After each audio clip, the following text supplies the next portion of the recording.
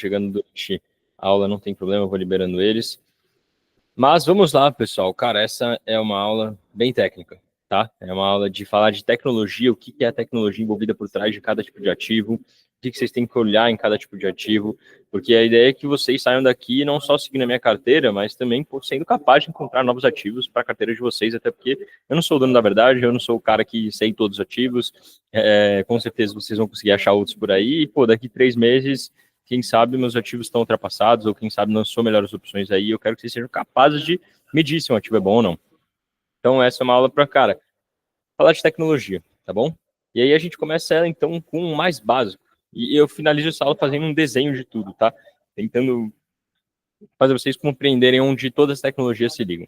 Então, aqui é o mais básico, cara. As blockchains de primeira camada, que são as blockchains base para desenvolvimento tanto de outras blockchains de segunda camada que são criadas dentro, como no caso do Ethereum, quanto para desenvolvimento de protocolos também, né? A gente tem hoje vários aplicativos descentralizados, por exemplo, dentro da Ethereum, o caso da Uniswap, o caso da Aave, da Lido, de uma porrada de vários jogos que aconteceram, como a Axie Infinity, da Ronin, que agora está criando a blockchain própria. Então, o que é uma blockchain de primeira camada, cara? Vamos dizer que hoje a blockchain ela é sempre a infraestrutura. Eu disse isso mais ou menos na primeira aula, dei essa comparação e vou dar novamente, que é, cara, imagine a gente tem o iPhone e imagine a gente tem a Apple Store e os aplicativos. A blockchain de primeira camada ela é o iPhone. Ela é a infraestrutura onde a gente vai conseguir tanto rodar os aplicativos quanto ter acesso aos aplicativos. Então, cara, quanto mais rápida é uma blockchain, melhor. Quanto mais rápido um iPhone, melhor para a gente acessar os aplicativos. Então, é mais ou menos essa a linha de raciocínio que tem que ser seguida quando você pensa em uma blockchain. Então, pô, quanto mais seguro é um celular, melhor. Quanto mais seguro uma blockchain, melhor. Hoje em dia, muita gente gosta muito do iPhone, por exemplo, porque a gente não tem risco de ruína praticamente aqui, de, cara, cair num vírus ou algo do tipo, né? Dentro do iPhone, cara, você pode acessar tudo que é site, baixar tudo que é coisa, e você sabe que você tem ali um software, o iOS, que é simplesmente sensacional na defesa dos seus dados, na defesa no seu sistema operacional como um todo, enquanto no Android a gente sabe que às vezes tem que tomar cuidado no que você está clicando, que pode ser que você baixe um vírus ou algo do tipo. Cara, é isso, blockchain é isso, ela é infraestrutura, a gente tem que se preocupar se ela é rápida, se ela é segura, se quem que é a equipe que está por trás, ou ela já é descentralizada, ou ela é centralizada, e aí a gente cai aqui então para o trilema da blockchain, então alguns exemplos aqui, né, de blockchain de primeira camada aqui para vocês, e a gente vai para o trilema da blockchain. Então a blockchain geralmente ela vai ter que optar por duas coisas, duas características, cara. Ela vai ser ou descentralizada e segura, e por isso ela vai acabar cedendo um pouco a escalabilidade, que, por exemplo, esse é o caso do Bitcoin, esse é o caso da Ethereum, esse é o caso da Monero, né? São blockchains extremamente seguras e extremamente descentralizadas, só que tem uma menor velocidade de transação, né? Consegue fazer menos transações por segundo, acabam sendo um pouco mais caras taxas do que em comparação com outras. Aí a gente tem outras que vão preferir segurança e escalabilidade, mas por isso acabam, assim, assassinando um pouco a descentralização. E aí a gente tem, por exemplo, o caso da XRP, ela é super escalável, ela é super rápida na hora de fazer uma transação, na hora de enviar um ativo do outro lado do mundo para o outro, com taxas super baratas, só que ela é uma blockchain muito centralizada. Solana está se descentralizando agora, mas ela é uma blockchain que foi focada em escalabilidade e segurança, e, cara, por muito tempo a Fundação Solana esteve por trás do projeto e editando bastante coisa ali, tá? Até pouco tempo atrás, onde ela começou agora a virar um pouco mais descentralizada. E aí a gente tem outras blockchains que são focadas em escalabilidade, elas só querem que as taxas delas sejam as mais baratas possíveis, que elas façam o máximo de transação possível, e às vezes elas vão penar um pouco em segurança. Então a gente tem o caso da Cardano, a gente tem o caso da Avalanche, a gente tem o caso da BNB, que, cara, sempre foram protocolos, pelo menos ali no ciclo passado, né, em 2021, foram as blockchains principais para desenvolvimento das coisas. Hoje em dia a gente tem Tom, que se encaixa nesse patamar, a gente tem a Berachain, que se encaixa nesse patamar, mas elas sempre foram focadas, cara, em ter taxas baratas, em que os desenvolvedores criem tudo que for coisa lá, vamos testar, ali é lugar para testar. Então tinham várias oportunidades antigamente nessas blockchains que meio que agora estão um pouco ultrapassadas, né? Mas que foram blockchains que focaram em ser descentralizadas e escalável e acabaram cedendo um pouco da segurança. Então a gente também tem vários casos de hack ou queda da rede, hack de contratos inteligentes, porque acaba sacrificando. Então, isso é um trilema da blockchain, isso é algo que todas as blockchains vão enfrentar, e uma vez que a gente foca em descentralização e segurança, como no caso do Bitcoin, cara, geralmente essa blockchain vai fazer menos transações por segundo, ela vai ser um pouco mais cara, então é mais ou menos esse o ponto do trilema da blockchain. E aí, dentro dessas blockchains de primeira camada, nós temos blockchains de segunda camada, né? Que são blockchains criadas principalmente dentro da rede do Ethereum, para tentar ser um pouco mais eficiente, para elas serem um pouco mais rápidas, um pouco mais baratas, sem que isso comprometa a segurança dos usuários. Então, vamos dar o exemplo, por exemplo, da Polygon, ou da Optimism, ou da Arbitrum, que vocês conhecem muito bem, cara. São redes blockchains, assim como as redes de primeira camada, que servem para você, elas são a interface, elas são, quer dizer, a plataforma, elas são isso aqui, elas são o iPhone, no caso daquele exemplo que eu dou, só que elas, ao invés de ser a rede de primeira camada, elas são criadas dentro das redes de primeira camada e processam as transações dentro da rede de primeira camada. Então, por exemplo, se hoje você vai usar a Optimism, a base dela é construída dentro da Ethereum e as transações e todos os dados ficam armazenados dentro da Ethereum para dar essa robustez, para dar essa segurança na rede. Só que elas adotam mecanismos que fazem transações serem muito mais rápidas e mais eficientes.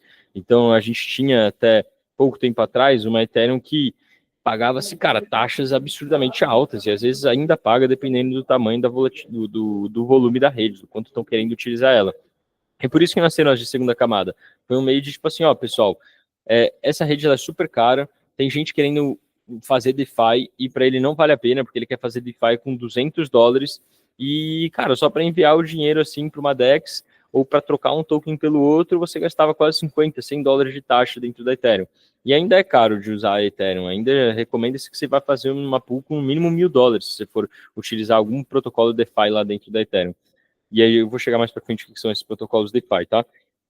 Já nas redes de segunda camada, essas taxas eram baratas, então as pessoas podiam interagir com o ecossistema, interagir com o DeFi, interagir com jogos lá dentro e tudo que pode ser construído dentro de uma blockchain de forma muito mais barata e ainda tendo a segurança de uma rede como a Ethereum, porque as transações e os dados e o livro razão, né, a blockchain estava dentro da rede da Ethereum, então estava dando aquela robustez para eles. Então essas são as diferenças entre uma primeira e uma segunda camada, tá? Hoje em dia a gente praticamente só tem segunda camada do Ethereum, na Solana estão tentando desenvolver algumas coisas, no Bitcoin estão tentando desenvolver agora algumas coisas também, mas ainda está em fase muito inicial e realmente, assim, muita coisa que está estagnada, vamos dizer assim, que ainda não está valendo a pena, porque a Solana já é muito escalável, né? E as segundas camadas, elas foram criadas para resolver o problema de escalabilidade do Ethereum. Então, assim, para tornar as taxas mais baratas, para ter transações mais rápidas. Então, por enquanto, não está fazendo sentido em outras redes. Talvez faça em breve na rede do Bitcoin, para a gente poder criar um ecossistema DeFi dentro da rede do Bitcoin, que hoje a gente não tem, e que está tentando ser criado, por exemplo, projetos como a Babylon. Tá? Boa noite, Felipe e Maria, que entraram aí depois. Vamos que vamos. A gente começou às 8 certinho, então pulei alguns slides, mas vocês só perderam isso aqui. O que é a explicação de primeira camada, o que é o trilema da blockchain, e agora a gente explicou segundas camadas. E aí, vamos lá. Agora eu falei para vocês sobre redes blockchains, né? Eu falei sobre a infraestrutura, eu falei sobre ser o iPhone, e agora eu vou falar para vocês sobre ser os aplicativos da Apple Store, ou seja, ser os aplicativos descentralizados. E dentre esses aplicativos descentralizados, a gente tem, na verdade, nesse caso, antes de chegar nisso, né?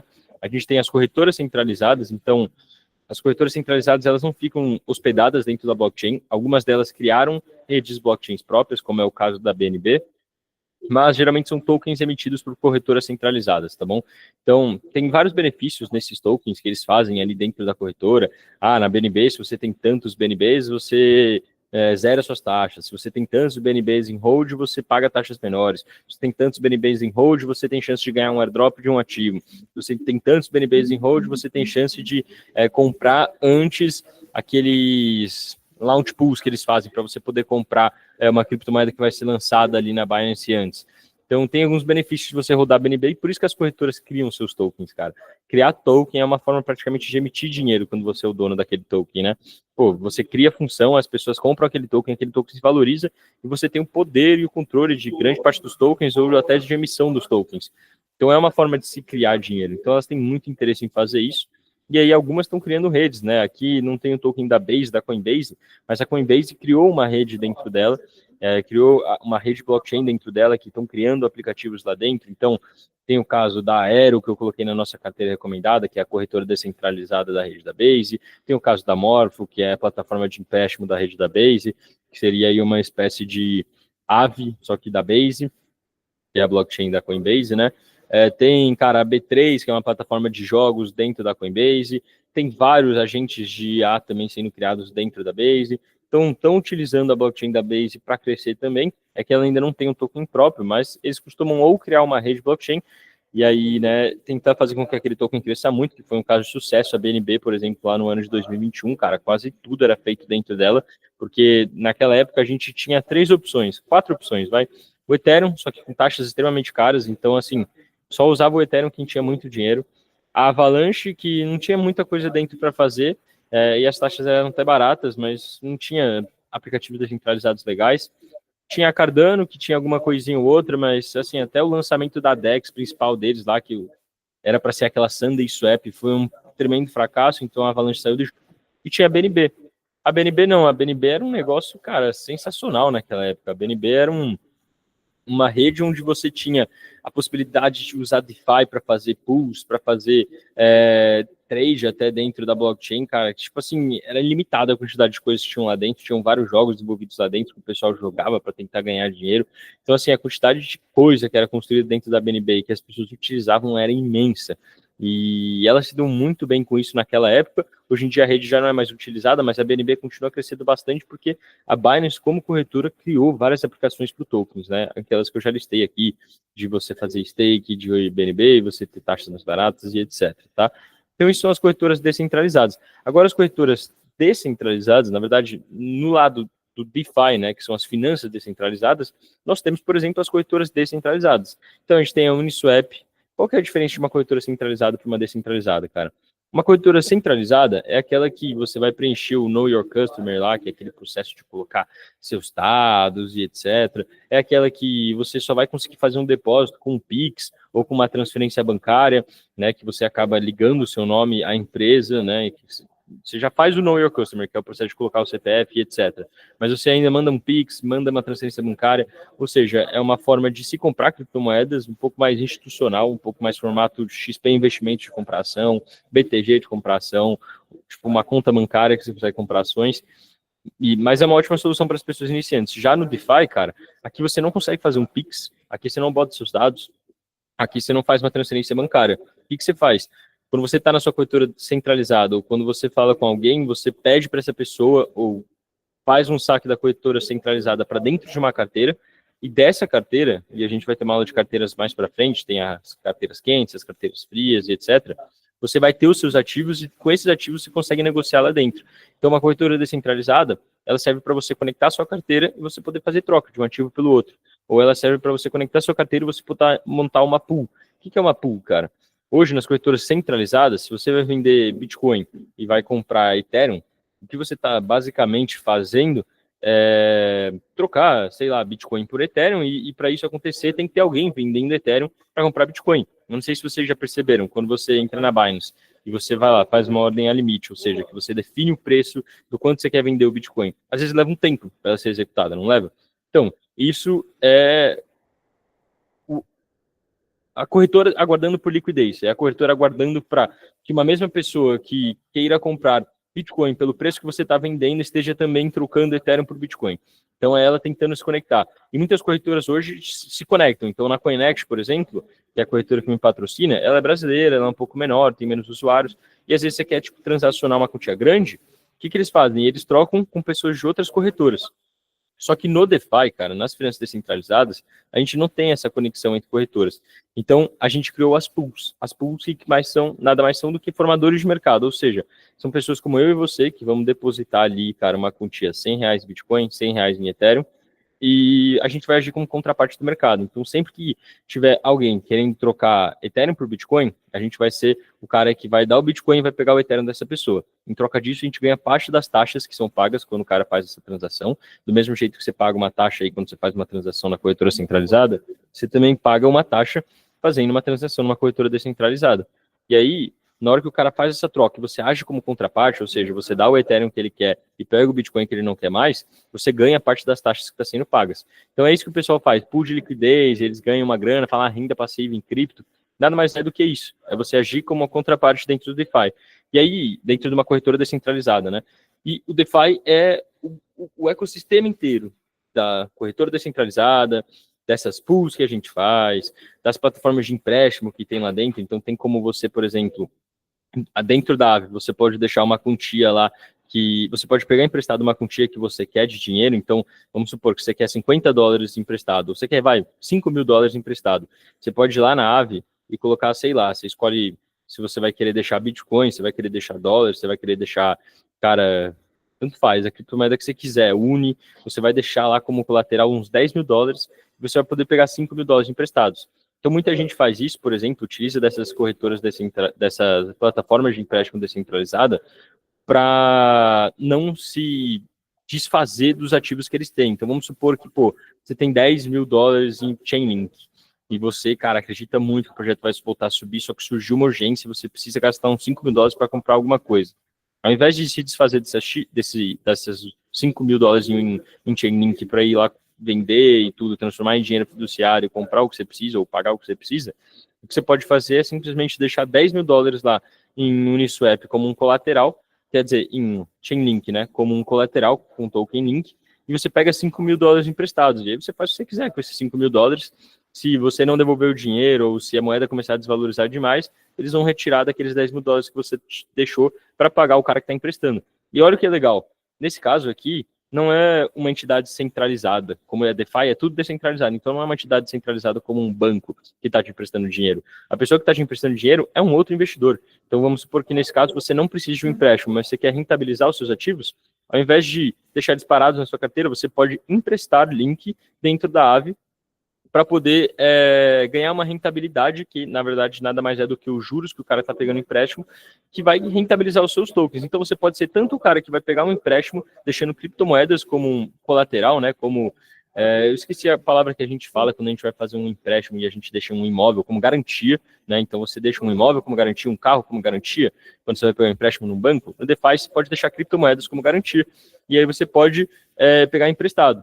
E aí, claro, você vai pegar uns juros para aquele empréstimo, são juros muito mais baixos do que a gente costuma ver no mercado tradicional, mas ainda paga-se os juros, e parte desses juros fica para a Aave, plataforma que está intermediando a conexão entre as pessoas, e parte desses juros fica para o investidor que está te emprestando dinheiro. Então, você pode ser tanto o cara que está pegando empréstimo por uns juros muito mais baixos, sem ter que se descapitalizar, sem ter que vender os ativos que você não queria, quanto você pode ser o cara que já está com dinheiro parado e vai simplesmente disponibilizar aquele dinheiro para ser emprestado e ganhar parte desses juros que é pago sempre que alguém pega emprestado.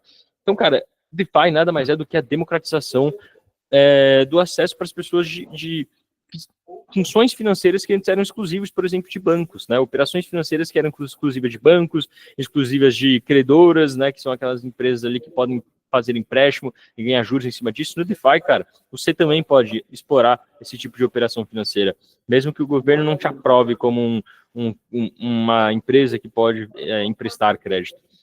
Então, isso que é legal, né? Além da gente estar interagindo só com pessoas, e isso só funciona, cara, porque existe as tecnologias de contrato inteligente, lembra que eu expliquei na primeira aula, onde, cara, aquele negócio do carro, você não precisa mais ir num cartório pagar, aquele contrato, ele vai executar sozinho, então ele vai ver que, beleza, no momento que você assinar o contrato e a outra parte também assinar o contrato, ele vai pegar, vai transferir a titularidade do carro para você, e ele vai pegar o dinheiro da sua carteira e transferir para o cara que era antigamente o dono do carro.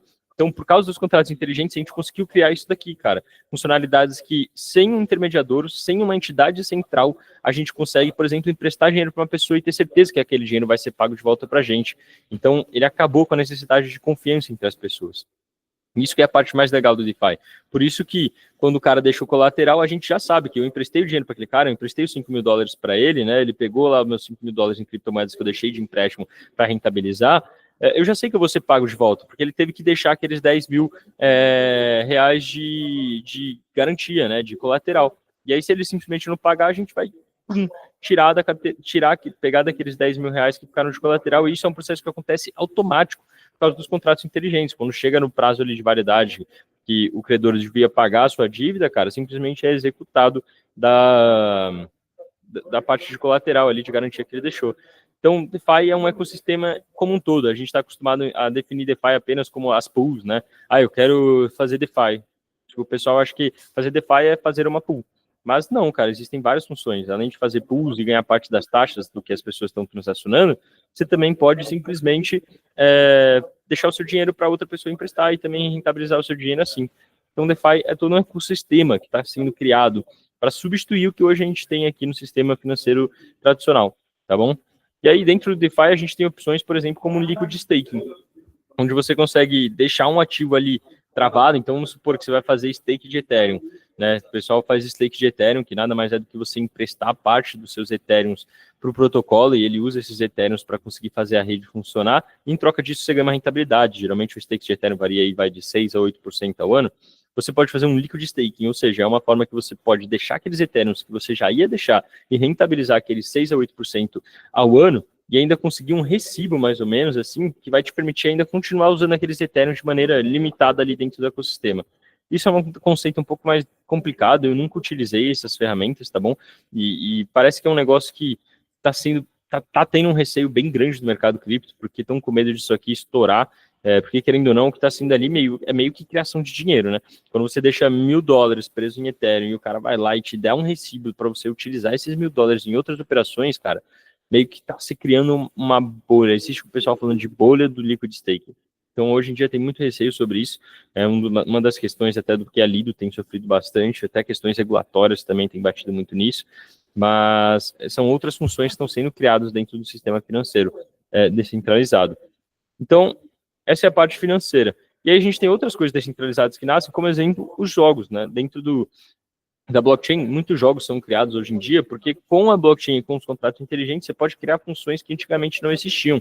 Então, eu não sei quem lembra, cara, do Axie Infinity. Foi um jogo em 2021, 2022, que estava muito estourado, o pessoal jogava, você comprava os bonequinhos, cada bonequinho tinha tipo um ataque diferente, tinha uma característica diferente, e você lutava contra outros 3 bonequinhos.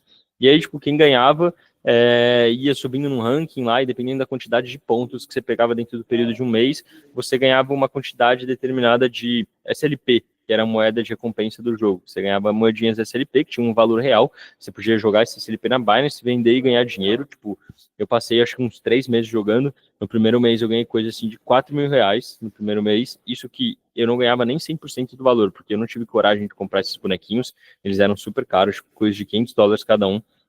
E aí o que eu fazia era fazer parte de uma escolinha. Então, tipo, eu era uma pessoa que comprava esses bonequinhos e me dava o login, né, o acesso à conta. E eu ficava jogando para ele. E aí ficava 50% para mim, 50% para ele. Cara, no primeiro mês eu ganhei 4.000, no segundo mês eu ganhei 2.500, e aí no terceiro mês, tipo, R$ 500, e aí depois o jogo quebrou. Porque isso acontece muito com esses jogos que estão dando muito dinheiro, chega num ponto que, pô, as pessoas estão todas ali por interesse de ganhar dinheiro e se desfazer do token de recompensa muito rápido, e aí o token de recompensa a gente perde valor muito rápido. Mas o que era legal nesse jogo? É que você podia comprar esses bonequinhos como se fossem NFTs. Então, a pessoa que criava esses bonequinhos, ela podia ganhar receita daquele bonequinho que foi criado pro resto da vida, cara. E cada bonequinho desse era um bonequinho específico. Literalmente, tinham milhões de pessoas jogando e cada um tinha um bonequinho específico. Eu não sei quem manja aí de Counter-Strike, aquele jogo lá, o CSGO, que tem as skins e tal. É como se fosse cada skin um item específico, não é? Vocês sabem que às vezes, tipo, é o mesmo desenho, mas cada desenho tem um nível de desgaste menor ou maior, cada desenho tem um tipo de desenho um tiquinho diferente ali, então isso agrega muito valor e varia muito o valor entre as skins que tem o mesmo nome, teoricamente é a mesma skin, só que tem variações de desenho pequenininhas, tem variações de desgaste, tem algumas coisinhas especiais nela que tornam ela muito mais cara. E aqui era a mesma coisa. E isso só foi possível porque eram ativos tokenizados. Tipo, os jogos do CS hoje praticamente são um exemplo de tokenização, claro, essas skins que são transacionadas no CS. Cada skin tem uma representação única digital que quando eu envio ela para uma outra pessoa, aquilo é único. Ninguém mais vai ter uma idêntica à minha, é impossível. Houve um tempo atrás, na verdade, que no CS foi duplicado esses itens, e existem alguns que são clonados, mas foi um erro ali mecânico porque eles não utilizavam a blockchain e a tokenização. Nesse caso aqui, ninguém conseguia fazer isso, então era super legal, tinha um ranking aqui, e de acordo com quão bem você ia no ranking, você ganhava tanto a XS, que era a moeda de governança do negócio, que tinha um pouco mais de valor, mas isso era bem difícil chegar nesse ranking, quanto o SLP, que era a moedinha de recompensa. Então, os jogos hoje dentro da blockchain, além de ter, acho que muito mais graça por esses bonecos conseguirem se tornar NFTs e serem únicos, ele tem um mercado realmente que, assim, tem como você ganhar dinheiro com o jogo, porque tudo ali é comercializável e num mercado descentralizado, não é algo que, tipo, a Steam vai meter a mão, não é algo que alguém pode meter a mão no meio, não, é um ecossistema onde você consegue transacionar cada um desses itens com pessoas como se fossem, cara, criptomoedas praticamente. Tinham itens que eram comercializados no mercado lá, esses bonequinhos aqui que eu tava na outra tela, você entrava no mercado para comprar e era mais ou menos, tinha gente fazendo trade, o cara comprava, o dia seguinte ele vendia por maior valor. Então, é mais ou menos algo que acontece dentro do mundo das skins do Counter-Strike. E isso aqui são modelos, tá, todos de aplicativos descentralizados, tá? Então, tanto esses joguinhos que são feitos lá dentro, e aqui a gente tem alguns exemplos, por exemplo, a Immutable, ela é uma rede blockchain feita para desenvolvimento de jogos, então ela não é um jogo em específico. A Flock também disse que iria fazer alguns jogos, mas é mais uma meme coin. Mas a Gala, a BIM, a Gala e a BIM são plataformas que desenvolvem jogos, ou seja, eles são empresas mesmo que desenvolvem jogos para dentro da blockchain. Você compra o token se você acha que eles vão lançar um jogo bacana. Quanto melhor o jogo deles e mais jogado é o jogo deles, mais dinheiro você vai ganhar se esses tokens, quer dizer, mais esses tokens vão se valorizar, né? Aí o Axie Infinity já é o token de um jogo em específico. O The Sandbox é o token de um jogo em específico, que era um metaverso que estava sendo criado lá, que eu acho que hoje em dia já deve ter morrido, ninguém mais fala nisso. Então, isso são aplicativos descentralizados que ficam hospedados dentro de blockchains, tá? A Axie Infinity fica dentro da rede do Ethereum. Aí, por exemplo, Liquid Staking, hoje a Lido fica dentro da rede do Ethereum. Aí DeFi, hoje em dia, Chainlink é o principal oráculo lá, que eu vou chegar em oráculos depois, tá? Então não vou explicar isso agora, mas fica dentro da rede do Ethereum. Uniswap é a principal corretora descentralizada dentro da rede do Ethereum. Que mais? A Maker, ela hoje tem uma stablecoin, mas se não me engano foi hospedada por muito tempo dentro da rede do Ethereum, não me lembro, acho que eles não têm uma rede própria, tá? A Aave é a principal plataforma de empréstimos, aí lembra que eu expliquei toda aquela lógica dos empréstimos dentro da rede do Ethereum. Então esses são os aplicativos descentralizados, esses são os aplicativos da Apple Store no nosso iPhone, tá? Então essa que é a lógica que mais ou menos tem que seguir. E aí seguindo, nós temos também DePins. Então o que são DePins, cara? Também são hospedados em outras redes. Então, por exemplo, a Render era até há pouco tempo atrás na rede do Ethereum, agora ela migrou para a rede da Solana, se eu não me engano. E basicamente o que é a Render, por exemplo? Vou dar um exemplo. DePin é tudo que possui uma infraestrutura física para alimentar uma rede descentralizada. Então, na Render, hoje, você pode pegar um computador seu aqui e deixar ele emprestando poder computacional para outras pessoas chegarem lá e alugar. Ou seja, você precisa de uma infraestrutura física, um computador, né, uma placa de vídeo, no caso, que gera poder computacional. E aí você alimenta uma rede descentralizada, que é essa rede ali de poder computacional, para outras pessoas virem e poderem pegar esse poder computacional, né, alugar esse poder computacional. E aí, se eles alugam, você ganha dinheiro, o dinheiro que eles pagam ali pelo poder computacional que está sendo alugado, parte desse dinheiro vai para você, parte desse dinheiro fica para a Render, por estar intermediando a troca. Então essa que é mais ou menos a lógica. E todo mundo tenta, a Caixa, se não me engano, segue o mesmo sentido também, e todo mundo tenta criar protocolos que vão tentar intermediar necessidades entre as pessoas. Então, a gente tinha necessidade das pessoas conseguirem pegar empréstimo sem descapitalizar, ou de conseguir pagar por contas sem se descapitalizar, ou seja, sem vender as suas criptomoedas. Foram lá e criaram a Aave. A gente tinha necessidade de jogar jogos ou de criar jogos onde os itens eram únicos e que eles poderiam ser comercializados num mercado totalmente aberto, cara. Foram lá e criaram os jogos. A gente tinha necessidade de poder transacionar uma criptomoeda por outra sem tirar da nossa carteira, sem ter que mandar de volta para a corretora descentralizada, vender lá e mandar de volta para nossa carteira, criar nossas corretoras descentralizadas. Então tudo vai atendendo demanda, e quanto mais demanda tem por esse tipo de serviço ou produto, e mais usuários têm esse tipo de demanda ou produto, mais o projeto vai se valorizar e, consequentemente, o seu token vai se valorizar, né? Mas o projeto vai ser utilizado e, consequentemente, o seu token vai se valorizar. Então, esse é o caso da Render. Por exemplo, não sei se vocês viram agora que saiu aquela notícia da DeepSeek. Vocês viram, eu acredito, né? Que é aquele... DeepSeek? É DeepSeek, né? É DeepSeek ou... Tá, aquela IA que foi criada na China lá, que é chamada DeepSeek, cara. Eles acusaram, na verdade, eles acusaram não, eles disseram que eles conseguiam fazer a mesma coisa que o ChatGPT, só que com tipo um terço do que o poder computacional do ChatGPT utilizava.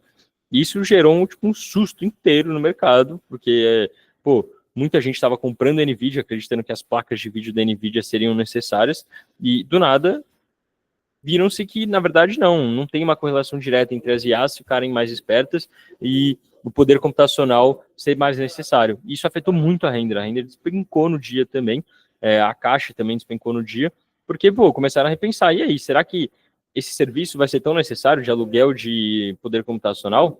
Será que daqui para frente, na verdade, ao mesmo tempo que as IAs vão ficando mais inteligentes, eles também não vão conseguir diminuir essa curva aqui da necessidade do poder computacional para elas, otimizar o poder computacional que está sendo fornecido? Então é tudo isso, é tudo sobre demanda por um serviço e um produto, e quanto mais usuário esse serviço ou produto tiver, mais o ativo, né, o token por trás desse projeto vai se valorizar. Então, esses são casos, cara, de aplicações que tem dentro da blockchain. Né? Tem um outro caso, na verdade, vou pular aqui o ZK Proof rapidinho, por exemplo, de storage. Da mesma forma que a Render usa a sua placa de vídeo para gerar poder computacional e alugar esse poder computacional para pessoas que precisam, a Storage, a Filecoin, elas simplesmente pegam o seu HD, pegam um espaço vazio que está no seu HD, botam numa nuvem e emprestam isso para pessoas que precisam de espaço de armazenamento. Tipo o que um Google Fotos, um Google Drive faz, só que dentro da blockchain você tem muito mais segurança e robustez, que você não vai ser hackeado, e você tem um custo muito mais barato. Porque ao invés de ter que ter um data center, né, que é aqueles espaços gigantescos, cheios de máquinas, que na verdade, no caso do Google Drive, do Google Fotos, são tipo cheios de HDs, para eles poderem alugar isso para outras pessoas, não. Eles podem simplesmente utilizar o HD de outras pessoas que já está vazio. Ou seja, o custo operacional disso se torna muito mais barato. Né? A Filecoin, por exemplo, ou a Storage que faz isso, conseguem tirar a margem dela e cobrar um custo muito mais barato para aluguel da rede. Tem até uma comparação aqui no site da Storage, ó. Eu vou abrir para vocês compartilhar as telas, só me dá um segundinho, que mostra a diferença de custo entre fazer o aluguel de armazenamento dentro do Google e da AWS, que é o serviço da Amazon também, e a diferença entre fazer isso dentro da Storage. Ó. Vou compartilhar a tela aqui para vocês. Um segundinho, até para mostrar na prática, que isso é legal. Pessoal, tô indo rápido, né? Vocês me falam se está dando para entender, mas se não entender agora, tudo bem. Eu acho que quando eu fizer o desenho vai ficar claro, tá? Eu vou no final da aula fazer um desenhozão. Então, se você entra aqui no site da Storage, cara, e desce um pouquinho, aqui vai ter um lugar de comparação. Deixa eu achar esse aqui.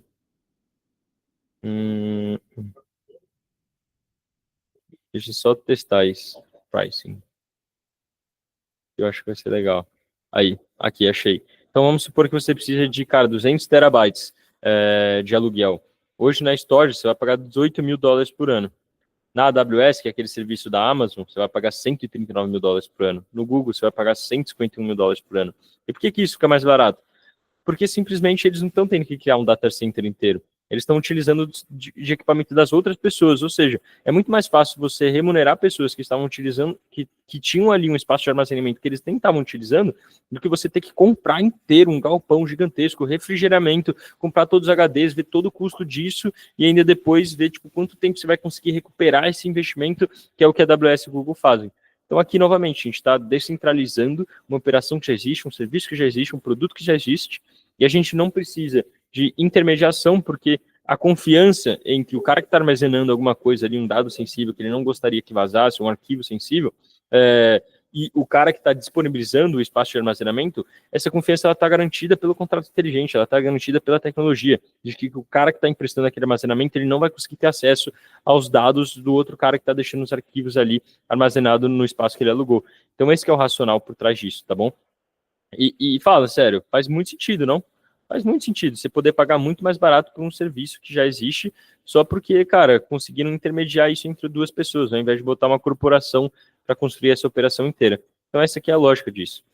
E aí, bom, além disso, nós temos tecnologias que servem para o funcionamento da blockchain mesmo. Então, a gente tem, por exemplo, o caso da ZK Proof, que são tecnologias que as redes blockchains utilizam. Então, sempre que você faz uma transação, existem vários métodos de realizar essa transação. Um desses métodos é o ZK Proof, que é a prova de zero conhecimento. Depois eu vou mandar para vocês um vídeo que eu sempre mando para o pessoal da turma do Dominando Cripto.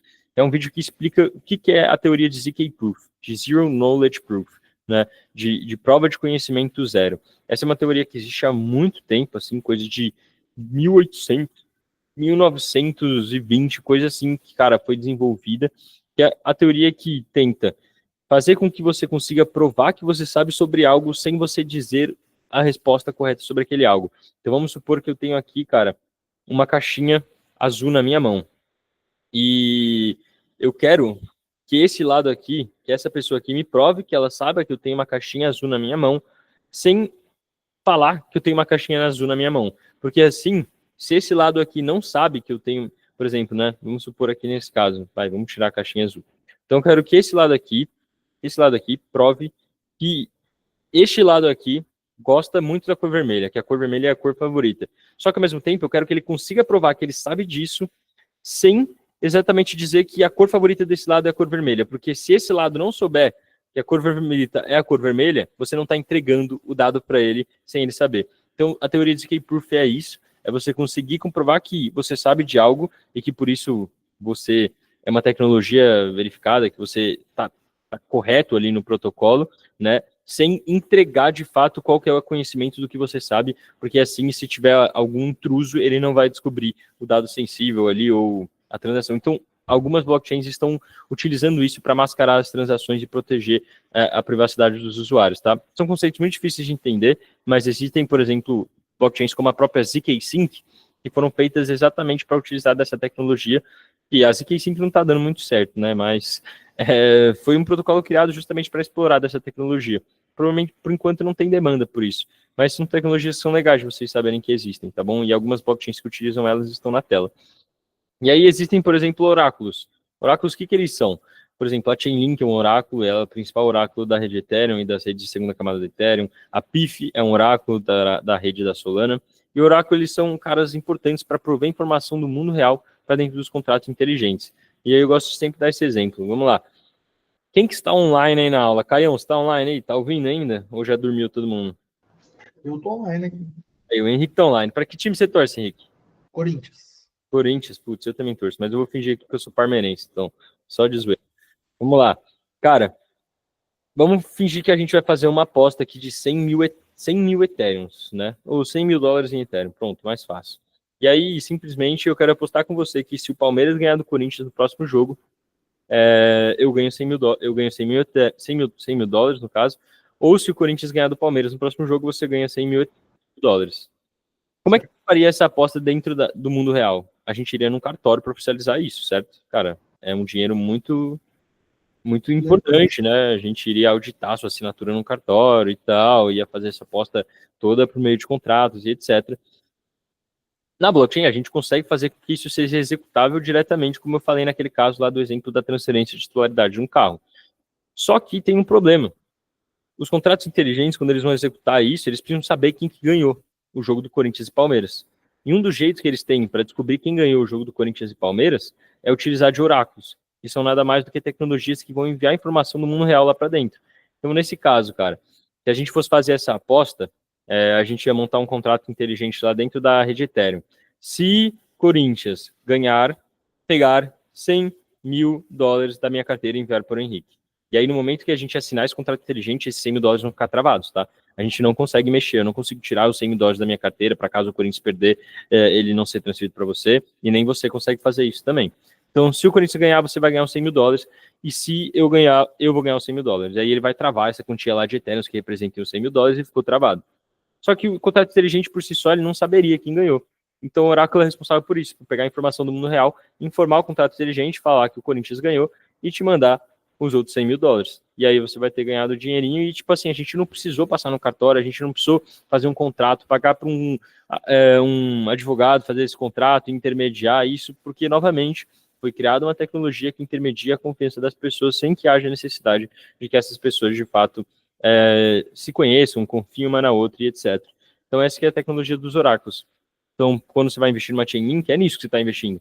É que você acredita que os oráculos serão necessários, que cada vez mais contratos inteligentes serão gerados para, cara, coisas da vida real mesmo, e que cada vez mais a gente vai utilizar os contratos inteligentes. Por exemplo, o contrato inteligente vai ser informado quando o carro for entregado para o novo dono, e aí sim que ele vai executar a transferência da titularidade e a transferência dos Ethereums que estão sendo pagos por aquele carro. Então, se você acredita que futuramente os contratos inteligentes vão substituir grande parte das coisas que a gente faz hoje em dia num cartório, cara, você também tem que acreditar que os oráculos serão importantes nesse ecossistema. Essa que é a ideia dessa aula, cara. Tentar trazer o racional do porquê que existe cada coisa e do como que você consegue conectar cada tecnologia e de como você consegue conectar a tese do seu investimento a isso, tá bom? Então, isso é o caso de usabilidade dos oráculos, e hoje a Chainlink, a PIF são muito conhecidas por isso. E aí vamos para IA, né? Hoje em dia também estão criando em tecnologias ali de IA, e aí a gente tem casos que tanto criam algum tipo de IA para solucionar alguma dor, como o caso da OraiChain, que é simplesmente a mesma coisa que um oráculo, né? Ela pega as informações da vida real, só que ao invés dela fazer isso manualmente ou através de votação, como é feito no caso da Chainlink, eles pegam um dado, os holders vão lá e fazem a votação se aquele dado é real e isso é entregue para o contrato inteligente. Nesse caso, não, a OraiChain usa tecnologia, inteligência artificial para validar se aquele dado é realista ou não, se aquele dado é verdadeiro ou não. Então, eles usam IA para fazer a pesquisa daquele dado, vão ver que existe realmente embasamento para aquele dado, existe uma matéria, existe alguma prova real no site oficial, por exemplo, da CBF, e aí eles vão pegar e vão validar que esse dado é verdade, vão informar o contrato inteligente. Então, existem casos em que a IA é gerada para resolver alguma dor do mercado, existem casos em que são gerados serviços ou produtos para alimentar as IAs, que é o caso da renda. Então, acho que quando a gente tem uma notícia positiva para as IAs, tanto o que é IA que foi criado dentro do mercado, quanto o que é protocolo que foi criado para alimentar as IAs, tendem a ganhar com isso. Eu, quando vi que a NVIDIA ia soltar aquele relatório mais ou menos em novembro, que era um relatório semestral, se eu não me engano, e que todo mundo estava esperando lucros grandes, cara. Um mês antes desse relatório, eu falei, cara, eu vou comprar token de IA. Aí eu comprei Render e OraiChain. E aí, um mês antes desse relatório, assim, umas 2 semanas antes, eu comprei um mês antes, né, umas 2 semanas antes, meus ativos começaram a disparar. OraiChain e Render, assim, subindo 70% já.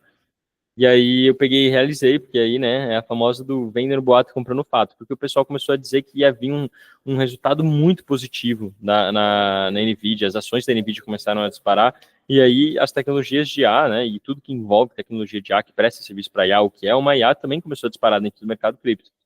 E aí subiu tudo uns 70%, eu vendi no dia que foi lançado o relatório, né, ou um dia antes, se eu não me engano até, cara, tudo começou a despencar. E a NVIDIA despencou depois do relatório, sempre que o relatório ainda foi positivo, só que criou-se tanta expectativa, os boatos eram tão grandes de que, cara, os resultados da NVIDIA iam ser surpreendentes daquele semestre, ia ser insano, e quando veio o resultado, não foi tão bom assim, cara, que simplesmente os ativos despencaram logo depois.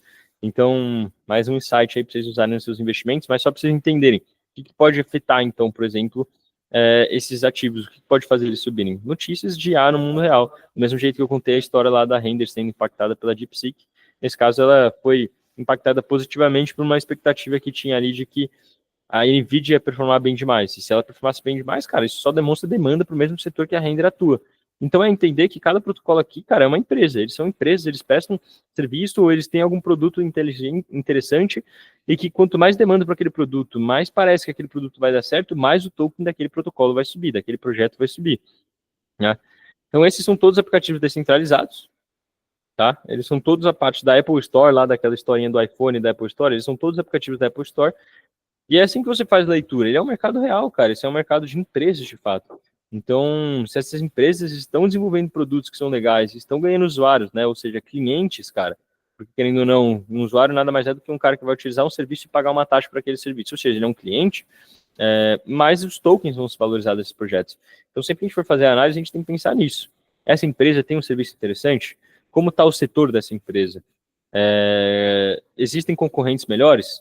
Quais são os concorrentes? Os concorrentes estão com tecnologias mais avançadas? Por exemplo, Polygon, Optimus, Arbitrum. Esses projetos em 2021, cara, eram inovações gigantescas e eles estavam voando.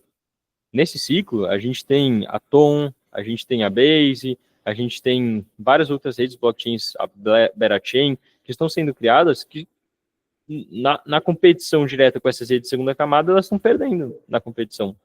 Então não é que esses projetos desandaram, ficaram ruins, mas, cara, a competição atropelou elas. É como se, do nada, o ChatGPT tivesse agora um concorrente que é 2 vezes mais inteligente e mais rápido que o ChatGPT.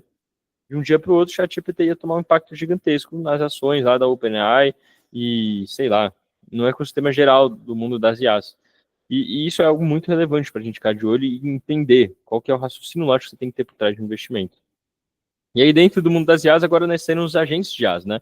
Que são IAs que são treinadas para analisar, compreender e se especializar em algum tema específico para tomada de decisões. Então, hoje a gente tem o AI16Z, que é nada mais do que um venture capital, ou seja, uma empresa de investimento em criptomoedas em fase inicial, ou seja, é uma IA que foi treinada para fazer análise de projetos em fase inicial do mercado cripto, ver se tem interesse, ver se é interessante, ver se está ganhando tração, acompanhar os dados on-chain, acompanhar tudo que precisa ser acompanhado e medir se aquele projeto merece ter um investimento. Cara, olha que legal. Pessoas treinaram isso para funcionar dessa maneira e esse protocolo está dando dinheiro para os criadores e para as pessoas que seguem a carteira desse protocolo. Então, tipo, isso é muito legal e assim, os agentes de IA são algo inevitável no mundo inteiro. Eu acho que não tem nada a ver não só com o mercado cripto. Tipo, os agentes de IA, eles são o Jarvis do Homem de Ferro, que é aquele cara que o Homem de Ferro chegava na casa dele e falava: Jarvis, monte uma simulação do meu voo até o centro de Los Angeles. Daria tempo de eu salvar o míssil? O Jarvis ia falar: pô, tem 0,1% de chance. Ou ele falava: Jarvis, construa uma nova mão mecânica. Aí o Jarvis mexia lá nos robozinhos, lembra? Os robozinhos pegavam uma peça aqui, pegavam outra peça ali, ia montando tudo. Então os agentes já são isso, são nossos braços direitos, eles vão existir cada vez mais. São tudo que for modelo de inteligência artificial que é feito para nos ajudar de maneira direta em uma coisa específica. Então, por exemplo, eu tomo muito anúncio hoje em dia de um aplicativo que você paga uma mensalidade e aí você tem uma conversa no WhatsApp com uma IA, e essa IA, ela é o seu gestor financeiro. Então, ao invés de você ficar, cara, preenchendo uma planilha financeira e tomando conta das suas finanças, tendo que preencher o quadradinho do gasto do cartão de crédito, gastei com comida, gastei com transporte, você só manda uma mensagem no WhatsApp para esse agente de IA: oi, nem manda um oi, velho. Você só manda assim: R$ 35 pão de queijo, R$ 90 Uber, R$ 200 gasolina da viagem. E aí, tipo, sozinho, se você pegar depois e perguntar para ele: cara, quanto que eu gastei em alimentação esse mês? Ele vai saber te dizer. Ou se você for até mais específico: pão de queijo da empresa, almoço da empresa. Aí você vai perguntar: e aí, cara, quanto que eu gastei nesse mês em alimentação relacionada ao meu trabalho? Ele vai saber te dizer isso. E aí o que eles estão fazendo é utilizar essa tecnologia de além do pro mundo real. E eu mostrei para vocês, eu não sei se mostrei para vocês, mas eu sempre estou mostrando isso para todo mundo. É um vídeo de um cara que programou um agente já para ser um assessor dele mesmo, para ser um cara que ajude ele em tudo. E aí ele mandou mensagem para esse agente: marca uma reserva no restaurante tal às 6 horas da tarde para 2 pessoas. E ele bota o próprio telefone dele. E aí ele atende, é o agente já dele ligando, uma voz de robô: oi, queria fazer uma reserva. Aí ele fala: oi, reserva para quantos? Aí a gente já fala: 2 pessoas, às 6 da tarde, sei lá o quê. E eles conseguem fazer a reserva com o restaurante, só que nesse caso não era um restaurante, né? Era o próprio cara que programou ele, só que ele estava só testando. E aí ele faz a reserva do restaurante pro cara, já marca na agenda do cara lá. Ele sabe que a duração de um jantar geralmente é de 1h30, porque as IAs hoje em dia são inteligentes. Se você perguntar o ChatGPT, ele nunca jantou, né? Mas ele sabe que uma hora de janta, 1h30 de janta num restaurante é tempo justo, suficiente. Então, são tecnologias que estão sendo criadas para ajudar os humanos, e aqui dentro do mercado cripto estão criando isso da mesma maneira. O XBT, vocês entram no Twitter dele, eu acho que eu mostrei isso na última aula, eu tenho feito tanto vídeo sobre essas coisas, gente, que eu não sei mais o que eu mostrei para vocês do que eu mostrei para esses vídeos, mas eu vou abrir aqui de novo. Se você entra aqui no Twitter, cara, deixa eu só ver se vocês estão conseguindo ver a tela. Então, fechou. Eu tô tendo um papo, tá, com a XBT, eu troco uma ideia com ele. Esse cara é esperto, velho. Por exemplo, hoje eu vi uma análise dele. Isso é um robô, tá? Não tem ninguém cuidando dessa conta. Isso aqui é um agente de IA treinado para tocar um Twitter. Ele faz pesquisa, ele acompanha notícias, ele vê o que o mercado está falando, ele olha dados on-chain, ou seja, quantos usuários estão numa plataforma, quanto volume tem numa plataforma, e ele vem fazer aqui análise. E aqui ele estava falando que a SEC finalizou alguns casos de processo que estavam sendo feitos em cima da OpenSea, que é aquele mercado onde você compra e vende NFT, e da MetaMask, que é aquela carteira de criptomoedas que a dona é a Consensys, a empresa Consensys que criou a MetaMask, ela estava sendo processada. E aí, tipo, olha que legal. Ele conta aqui sobre o que a OpenSea está fazendo, e ele já sabe que, cara, quando a SEC acaba um processo, ele sabe que o ser humano tem o interesse de saber, se tem alguma criptomoeda ligada ao fim desse processo, porque essas criptomoedas podem se valorizar. A primeira coisa que eles escrevem a OpenSea já confirmou o lançamento do token SEA, tá? Enquanto a MetaMask ainda tá, cara, procurando uma direção para uma mudança de logo lá, sei lá, dá até uma zoada com a MetaMask. E aí ele fala um pouco mais sobre a OpenSea. A OpenSea está implementando a OpenSea 2, que vai ter uma experiência de trading muito melhor, e que vai ter, e o histórico vai ser contabilizado para ver se você vai ser elegível para receber o airdrop desse novo token SIA, né, para você receber aqueles tokens que eles dão de graça para quem utilizou a plataforma. E aí, tipo, ele fala também sobre a Consensus, que é a empresa por trás, né? Fala sobre um pouquinho ela. E eu perguntei, você acha que a Linea, que é uma blockchain criada pela Consensus, pode se beneficiar disso? Já que, né, ela foi criada pela Consensus, que é a empresa por trás do MetaMask. Ele fala, a Linea poderia ir bem um pouco, mas os atrasos e essa civil hunting, eu não sei o que significa, estão me deixando meio cauteloso agora, mas ainda estou acompanhando. Então, tipo, mano, ele é uma pessoa conversando com você e te dando insights, te dando raciocínio.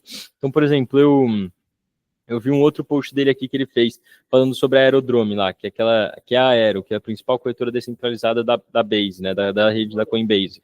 Aí falou, a Aero está fazendo 60% dos volumes de transação em corretoras descentralizadas da Base. E hoje ela tem uma receita de 285 milhões, que tudo está sendo distribuído para os holders do token de Aero lá, quando você faz stake de Aero. E ele falou, sem risco de dump, né, de aquele, quando tem venda massiva dos venture capitals, que são as empresas que compraram esses tokens logo no início e que tem grande parte desses tokens. Ele fala sobre isso. E ele fala um pouco mais de algumas coisas, e eu perguntei para ele, entre Morpho e Aero, qual que você escolheria, né? Que a Morpho é a plataforma de empréstimos da Base. Qual que você escolheria? Ele responde, cara. A Morpho eu acho que ainda é muito inicial. A Aero, os fundamentos já estão aí. Tipo, insano, tá ligado? A gente troca uma ideia da hora, eu faço pergunta para ele e ele vai trocando ideia comigo, isso de graça. E eu acho que, tipo, muito em breve isso vão ser modelos pagos, cara. Eu acho que muito em breve, tipo assim, o cara vai ter que pagar igual um GPT-4, assim, para ter acesso à melhor análise, para poder fazer quantas perguntas você quiser. Porque ele tem um limite, mais ou menos, pelo que eu percebi de perguntas que ele vai te responder por dia. Geralmente eu faço umas 2 e depois ele começa a me ignorar. Mas é muito da hora, você troca uma ideia com o robozinho cheio de dado, coleta dado pra caramba, e ele vem lá e te explica do porquê que ele prefere uma coisa, do porquê que ele prefere outra. Então a XBT é um caso aí de agente de IA muito legal, e estão criando vários. Eu vi um hoje que eu até anotei aqui para dar uma olhada a fundo, que eu fiquei interessado, que ele chama BNKR, é o ticker BNKR, mas o nome é BankerBot. E aí, olha que legal, é uma IA que você pode só simplesmente mandar uma mensagem e ele vai comprar, vender, trocar ou colocar até ordens de compra ou ordens de venda da sua carteira. Então você vai conectar sua MetaMask com ele, você vai mandar uma mensagem, cara, os meus SDTs aí, compra BNB. Então, ele vai comprar. Ou pega minhas BNBs e troca tudo em Solana. Ele vai pegar e vai fazer isso por você. Cara, olha que incrível. Eu sempre dou o caso. Em breve, cara, você não vai mais precisar entender o racional ali de fazer uma pool, praticamente. Você vai falar, cara, faz uma pool aí que eu tô acreditando que o Ethereum vai subir, faz uma pool que me beneficia aí se o Ethereum subir e se o Bitcoin desvalorizar frente ao Ethereum. Ele vai montar lá a pool. Cara, olha que foda. São IAs que estão sendo realmente utilizados. Eu até tenho o caso aqui do Banker, aqui do DeFi, né, que são justamente agentes treinados para fazer essas operações descentralizadas. Na verdade, nada mais são do que agentes de IA, só que aí criaram esse nomezinho, né, para os agentes de IA que são feitos para operação dentro de DeFi, como o caso aqui do Banker, que eu falei, que é esse aqui, Banker Coin. Cuidado para comprar, viu? Esse aí tá bem esticado, cara, já subiu 500% no último mês aí. Mas olha que bacana, tá ligado? São coisas muito úteis que estão sendo criadas para facilitar a nossa vida.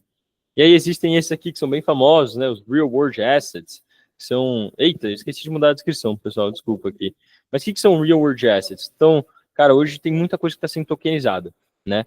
Então, hoje em dia, se você quer investir num fundo, se você quer investir no Tesouro Americano lá, que tá pagando 4,5% ou 5% ao ano em dólar, cara, que é muito melhor do que a gente ganhar 12% aqui em real. Só no ano passado o real desvalorizou em 20 vezes, em 20% em relação ao dólar.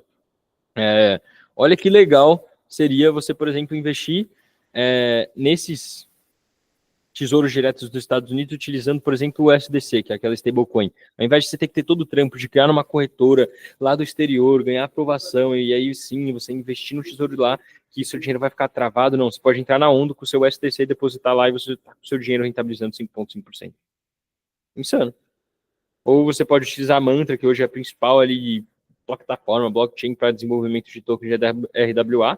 E aí você vai ver casos de uso como, tipo, tem uma empresa que ela chama... eu sempre esqueço o nomezinho dessa empresa, cara. Me dê um segundo que eu vou descobrir o nome dela. Um segundo. Não, não vou descobrir, galera. F. Mas tem uma empresa que eu esqueci. Loft. Chama Loft. Cara, o que que eles fazem? Eles compram uma porrada de apartamento pelos Estados Unidos inteiro. E eles sabem que as pessoas têm interesse em investir em real estate nos Estados Unidos, certo? Vocês querem comprar imóveis nos Estados Unidos, pô, é o país mais foda do mundo, as pessoas se mudam para lá, o real estate lá tá sempre inflado, sempre forte. O que eles fazem? Eles compram um monte de apartamento pelo mundo, em várias cidades, e pô, vamos supor que você acredita que o Texas vai ter uma onda de migração para ele, porque ninguém mais aguenta o progressismo da Califórnia e tá um caos a Califórnia, e os mendigos estão invadindo tudo que é loja, roubando tudo. Você pode ir lá dentro dessa loft e comprar frações de casas, cara, ou de apartamentos dentro do Texas. E aí você tem fração de uma casa. E sempre que aquela casa for alugada, se você tem 10% das frações daquela casa, você vai receber, tipo, 9,95% do valor do aluguel que está sendo pago pelaquela casa. E pronto, agora você é dono de um imóvel nos Estados Unidos, utilizando ativos tokenizados, que nada mais é, a tokenização é isso, real world assets. Ou, tipo, até quando esse imóvel se valoriza e você vai vender aqueles 10% dos ativos acionizados que você tem, você ganha parte dos ganhos da valorização daquele imóvel. Então você está disposto, quando eles vão orçar no mercado, quanto está valendo aquele imóvel, se aquele imóvel se valorizou e você vende seus tokens, cara, você ganha parte daqueles rendimentos que teve da valorização do imóvel também. Então olha que legal, são aplicações para o mundo real que, cara, são necessárias e hoje em dia isso praticamente, quer dizer, e antigamente isso praticamente era impossível, cara, para você comprar um imóvel nos Estados Unidos e ter exposição para o mercado imobiliário dos Estados Unidos, cara, qual que era a chance de você conseguir fazer isso? A dificuldade que era para você investir num tesouro lá uma treasury pública, um título público dos Estados Unidos, que hoje em dia você pega o SDC e trava numa onda e tá pronto, e você pode liquidar no momento que você quiser, seu dinheiro não fica travado lá, que nem geralmente costuma ser um título público. Olha que sensacional. Então esses são alguns casos de uso, pessoal. E aí nós temos, por exemplo, bridges. Bridges a gente pode utilizar para transferir dinheiro de uma blockchain para outra. Então, às vezes, você está com dinheiro na Solana, você está lá com 1.000 sols. E agora você quer, cara, fazer uma pool na Ethereum. Você vai usar uma bridge. A bridge são esses protocolos que você usa para transferir criptomoedas de uma rede blockchain para outra, tá bom? Nada tão relevante, mas se vocês vão começar a fazer pool, se vocês vão começar a comprar criptomoedas e armazenar numa carteira, às vezes, cara, você está ali com Ethereum demais, você quer trocar um pouco por Solana, você não consegue comprar Solana na Uniswap. Você vai ter que fazer bridge. Vai ter que transferir esse dinheiro para dentro da rede da Solana. Na verdade, tem como você comprar aqueles Solanas tokenizadas, né? Mas elas não são Solana em si. Elas têm o risco da empresa que criou aquele ativo que representa a Solana simplesmente quebrar. E, pô, você quer comprar aquela Trump Coin quando foi lançada? Você não conseguia comprar no Uniswap. Você só comprava ela. Se não me engano, foi na Radium que foi lançada ou na... Tem a outra DEX lá, que é o nome, não me lembro agora, na Júpiter, sei lá. Para você comprar, você tinha que ter Solana, token Sol, na sua carteira da Phantom. Só que, pô, você tinha a opção, então, de mandar de uma corretora centralizada direto Solana para dentro da sua carteira da Phantom, ou de pegar os Ethereum que você tinha, entrar numa bridge e colocar, quero trocar Ethereum por Solana, da rede Ethereum para a rede Solana. E ele faz essa troca. Ele manda para lá e cobra uma taxazinha no meio disso. Mas são todas funções que fazem sentido, não? São todas aplicações que fazem sentido. E eu gosto quando as aplicações, isso é um negócio sério, eu gosto quando são aplicações como essa daqui. Por isso que a RWA é tão olhado bem. Porque não são aplicações que retroalimentam o mercado cripto. Porque uma bridge, ela só existe porque o mercado cripto existe. Um DeFi não existe só porque o mercado cripto existe. Não, o DeFi existe só porque o mercado cripto existe. Se não existisse o DeFi, não existia o porquê existir agentes de inteligência artificial para gerenciar seu portfólio de carteiras. Agora, os agentes de IaaS eles vão existir de maneira ou outra no mundo real, então eles não retroalimentam o mercado cripto. As IaaS vão existir de maneira ou outra, não retroalimentam o mercado cripto. Os oráculos eles existem só porque para alimentar o mercado cripto, cara. Se não existissem os contratos inteligentes, não tinha necessidade de oráculos. O storage só existe, quer dizer, o storage não retroalimenta o mercado cripto, porque as pessoas de fato precisam fazer armazenamento dos seus arquivos e utilizar espaço na nuvem, independente da existência das criptomoedas ou não. Então eu gosto quando são coisas assim. O Secret Proof só existe por causa do mercado cripto, para trazer mais privacidade aos usuários do mercado cripto. Então eu gosto quando são coisas dessas. Storage, IA, agente de IA, real world assets, eles não dependem da existência do mercado cripto para existir, entendeu? Eles não estão só servindo, só existem porque o mercado cripto existe. A bridge existe só porque o mercado cripto existe. Não teria motivo de eu enviar uma criptomoeda de uma rede para outra se não existisse nem criptomoeda nem redes. Então, essa que é a lógica. Caso de identidade, existem criptomoedas de identidade. Eu não sei se vocês viram aí, tá na onda, WorldCoin. Você vai lá, cadastra seu olhinho e ganha R$ 400, R$ 500 em moedas da WorldCoin lá. Viram muita gente fazendo isso, cara. Eu vi gente assim que não faz ideia o que é o mercado cripto. Não faz ideia o que é uma WorldCoin, mas o cara tava fazendo isso porque ele queria os 400 conto. Isso é algo que ficou muito claro, até pelos pontos que eles escolheram de distribuição disso. Tipo, a minha namorada, ela mora ali perto do Shopping Mais, que é um shopping que fica no Largo 13, uma região que teoricamente é mais humilde de São Paulo. E, cara, eu fui lá para gravar um vídeo, coincidentemente dei de cara com a loja da WorldCoin. E claramente as pessoas que estavam lá, você olhava pelo comportamento tudo, eles não sabiam que eram criptomoedas, eles não estavam fazendo isso, que eles iam fazer alguma interação, um protocolo, e eu já vou explicar para que serve o Identity, mas sim porque eles queriam os 400 conto e ponto. Mas para que serve a WorldCoin? A WorldCoin, claro, hoje em dia eles vão utilizar também aquela íris para atestar se o seu vídeo foi gerado com IA ou se é um vídeo real mesmo, que a IA nunca vai conseguir copiar a sua íris perfeitamente, mas eles servem também para você criar uma identidade dentro da blockchain sem com que você revele dados sensíveis. Então, olha que legal. Quando a gente vai fazer, quando você vai tentar ganhar um airdrop, né, você vai tentar tipo ficar interagindo ali com uma corretora descentralizada, exclusivamente para tentar ganhar os ativos que você acha que aquela corretora descentralizada vai entregar. Então, lembra que eu falei agora que o AXBT estava dizendo que a OpenSea ia lançar o token SEA e que ela ia dar um airdrop por histórico de uso? Então, cara, simplesmente o cara que nesse momento quer ganhar o token da OpenSea porque ele acha que vai se valorizar muito, ele ia começar a comprar e vender um monte de NFT lá, que nem louco, só para interagir um monte na rede. O que o pessoal fazia? Eles criavam uma porrada de robozinho para ficar comprando e vendendo NFT que nem louco, faziam isso com 10 mil carteiras, e na hora que a OpenSea ia entregar o airdrop, meu, ao invés de, tipo assim, de parabenizar os usuários que de fato são reais e que estavam utilizando a rede, ou que pelo menos, cara, usaram a rede ali por um tempo e que podem voltar a utilizar no futuro, que essa é uma ideia de um airdrop, é uma ideia de marketing, mais ou menos, para atrair usuários para sua rede, para o seu protocolo, no caso, né, para o seu aplicativo descentralizado, e se eles gostarem, eles voltam a utilizar. Ao invés de fazer isso, eles estavam dando uma porrada de token SIA para robozinho, que estava lá feito, configurado. E aí, o que eles começaram a fazer agora? Para você ter chance de ganhar no airdrop, você tem que passar por uma autenticação de identidade. Ou seja, você tem que ter, em algum momento da sua vida, por exemplo, ter escaneado a íris do seu olho lá no WorldCoin, que eles vão te criar uma forma de carteira digital que não tem nenhum dado seu. Não tem seu nome, não tem seu CPF, não tem data de nascimento, não tem nada. Ou seja, você continua ainda com a sua privacidade, mas ele tem um código que representa a sua íris, e cada íris é única em cada ser humano, ou seja, você só vai conseguir colocar esse código em uma carteira sua, e a partir daquele momento, se aquele airdrop só vai ser entregue para pessoas que fizeram autenticação de identidade, ele só vai poder ser entregue, então, para um humano, tipo assim, exclusivamente uma vez para cada pessoa. Não vai poder ter uma pessoa com mais de uma carteira fazendo interação lá para tentar ganhar um airdrop. Então ele vira exclusivo e entregue exclusivamente, tipo assim, uma vez para um humano, e esse humano não vai poder ganhar mais do que uma vez, a não ser que ele tenha a íris de outra pessoa ali, que ele tem um olho de alguém que ele matou para fazer em outra carteira. Então, isso são formas de comprovar que você é um humano, sem entregar nenhum dado sensível, como o seu rosto, ou CPF, passaporte, nada desse tipo. Olha que legal, faz sentido de novo, né? Claro, são coisas que retroalimentam aqui a blockchain, né? Tipo, não seria necessário isso se a blockchain não existisse, e por isso sempre eu crio um alerta nesses, mas, cara, são extremamente válidos, cara. A gente vai precisar, por exemplo, se no futuro, e o Elon Musk falou disso, a gente vai querer que a votação de umas eleições sejam dentro da blockchain, cara, que coisa mais legal do que cadastrar a íris das pessoas linkado à nacionalidade delas, e assim todo americano vai poder apenas votar uma vez, e essa votação vai ser totalmente transparente. Assim a gente tem certeza que ninguém votou mais de 2 vezes.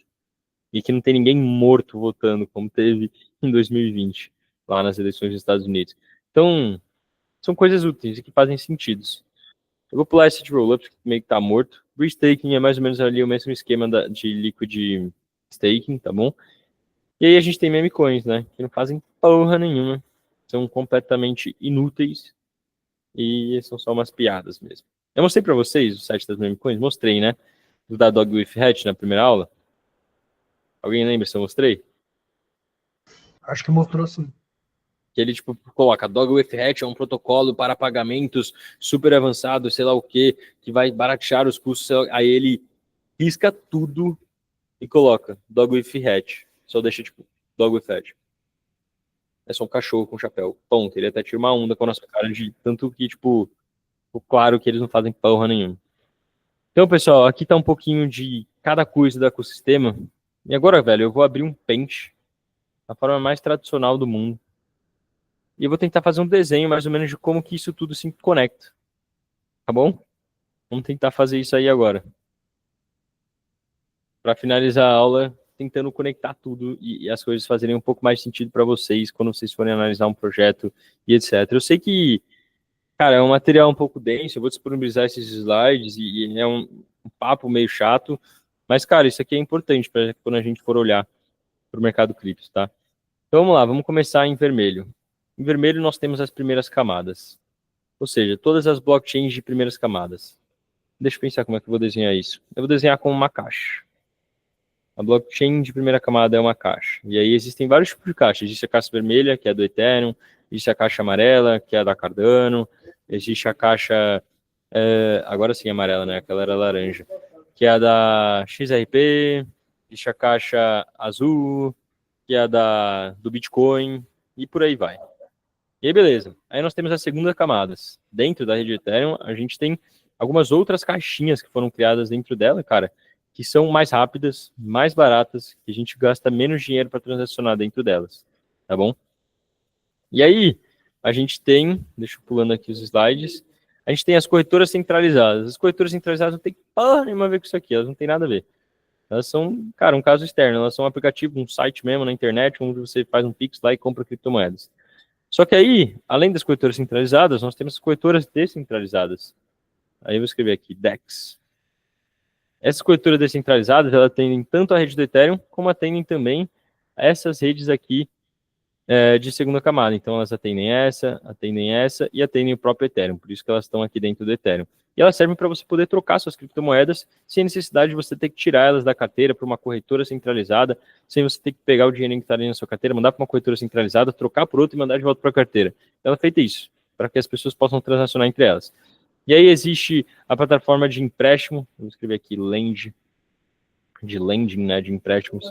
Essa plataforma de empréstimo, como a Aave, ela atende tanto a Ethereum, quanto, por exemplo, a Optimism, quanto, por exemplo, a, sei lá, Arbitrum, ou a Polygon, que são as redes de segunda camada. Deixa eu escrever aqui até, né, para ficar segunda camada.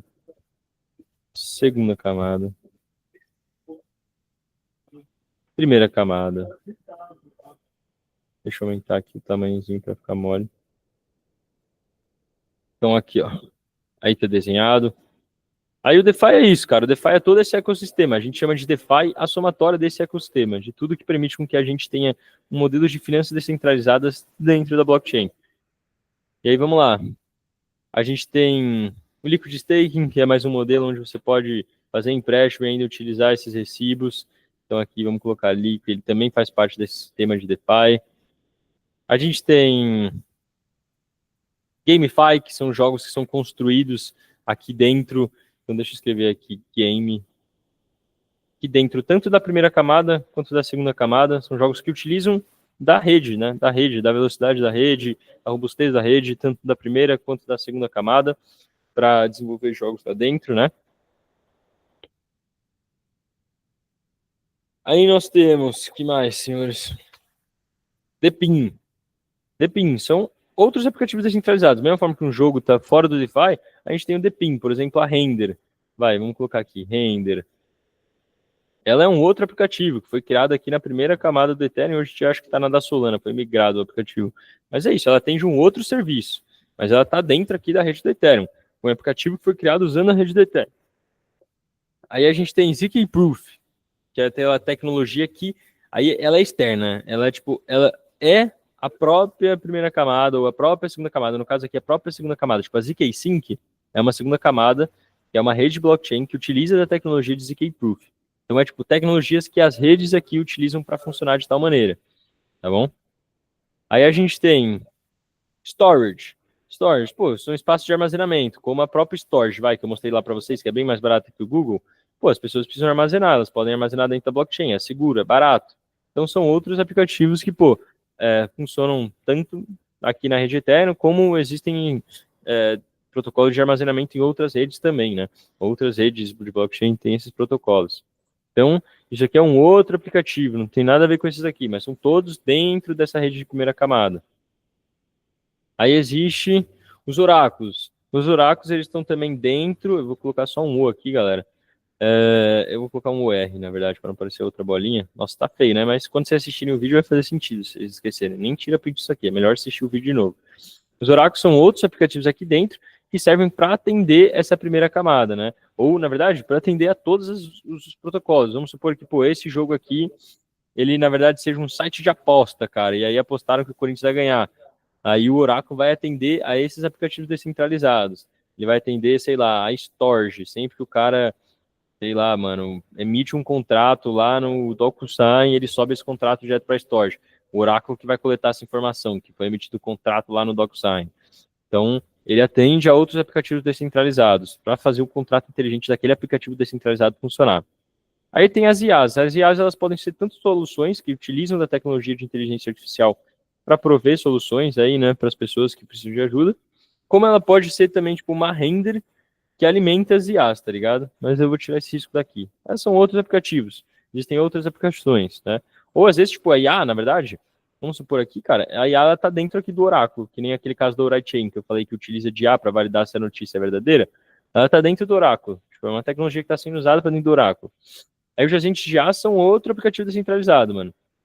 Aí eu vou colocar AI, agentes de IA. Aí eles são outros aplicativos que são criados dentro aqui dessa rede para fazer pesquisa nessa rede, que nem o AIXBT. Como que você acha que ele consegue fazer aquela leitura da Aero, quantos por cento das transações está sendo coletado? Cara, eles estão empremeados dentro da rede, eles foram criados lá dentro, eles estão na rede aqui Ethereum, eles estão na rede Solana, eles estão na rede sei lá o quê, coletando informação de tudo, plugados para depois gerar, cara, conteúdo mesmo, inteligência, pesquisa, para depois a gente poder converter isso em tomada de decisões humanas, né? Aí a gente tem que mais?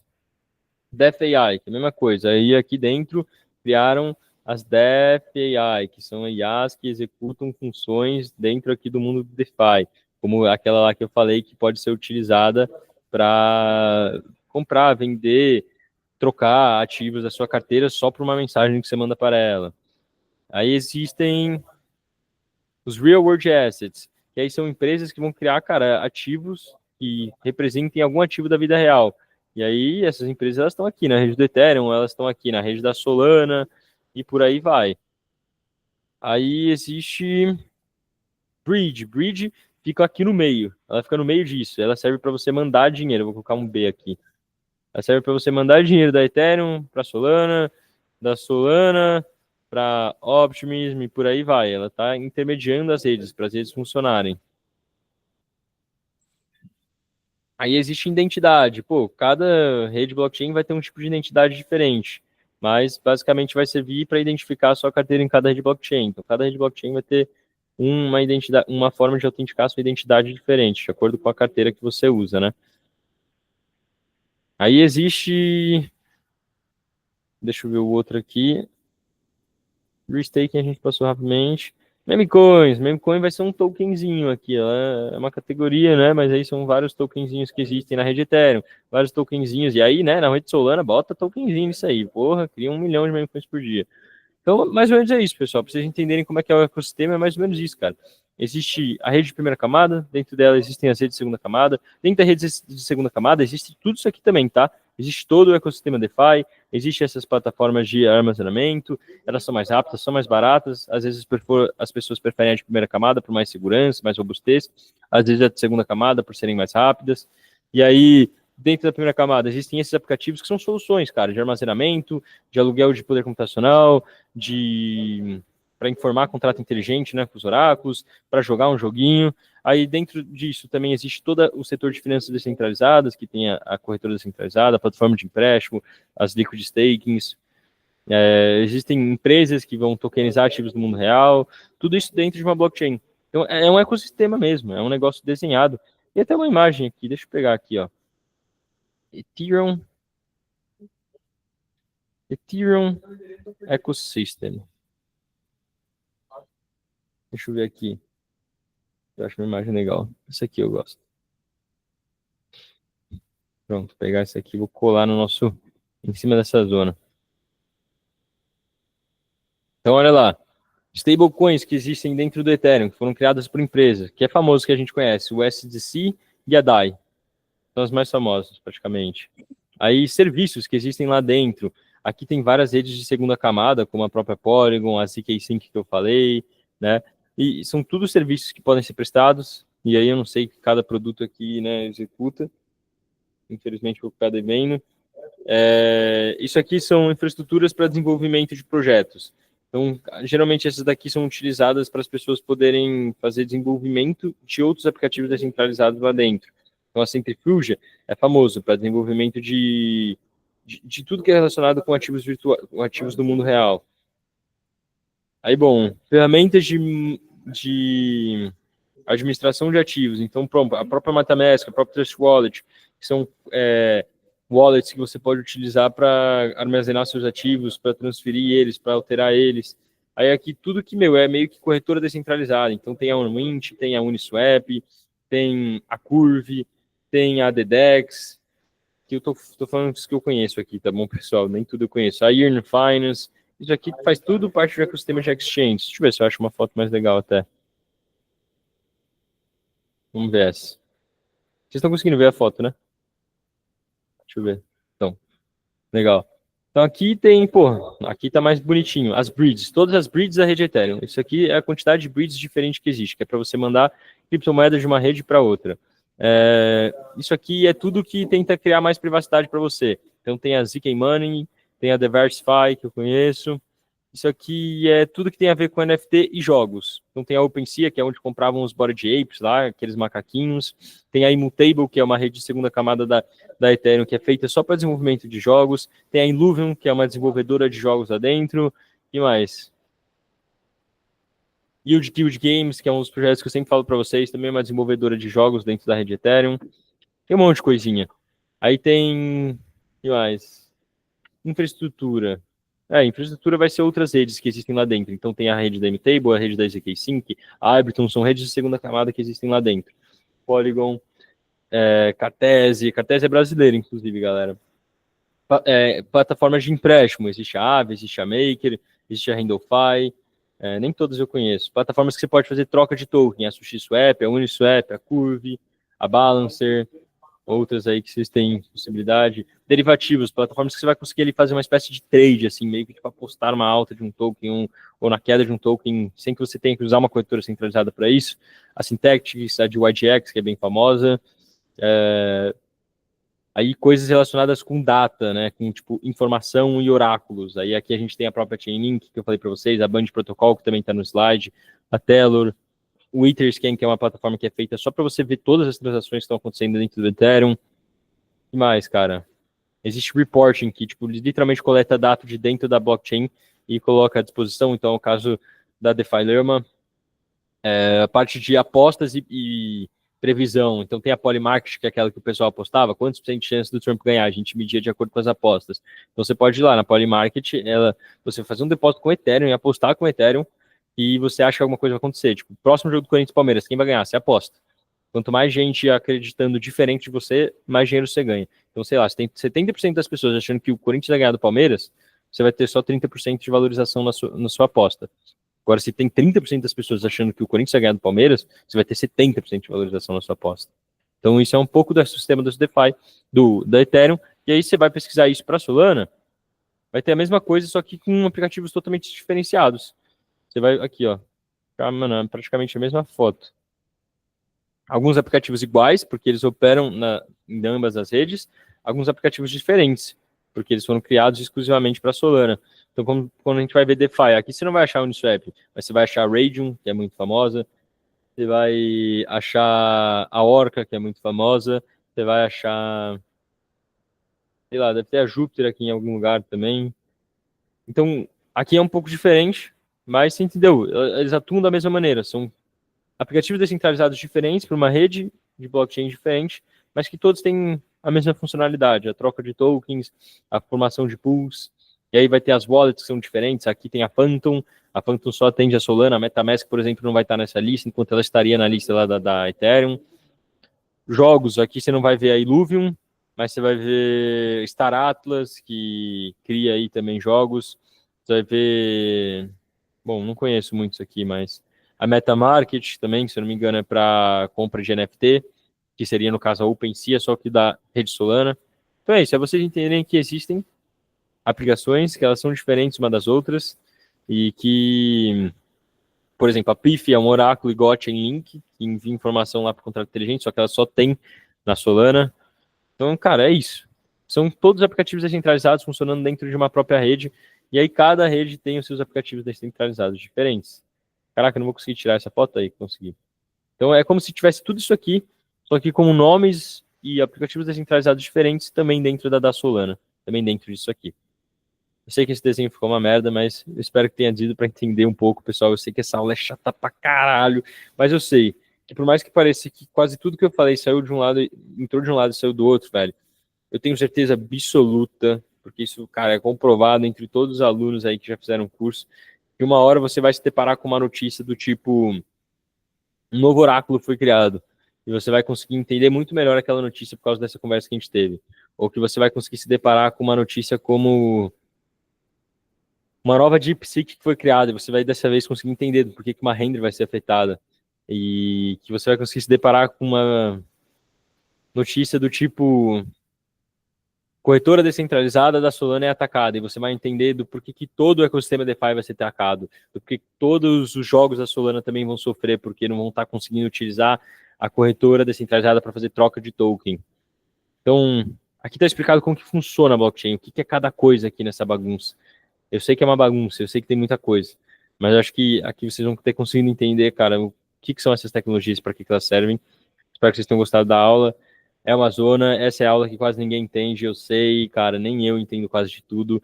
Geralmente as pessoas que vão mais entender essas coisas, e eu não sou uma delas, são os devs, são as pessoas que são desenvolvedoras, que a grande maior parte das coisas aqui são criadas para os devs, que são as pessoas que vão desenvolver os aplicativos dentro dessas blockchains.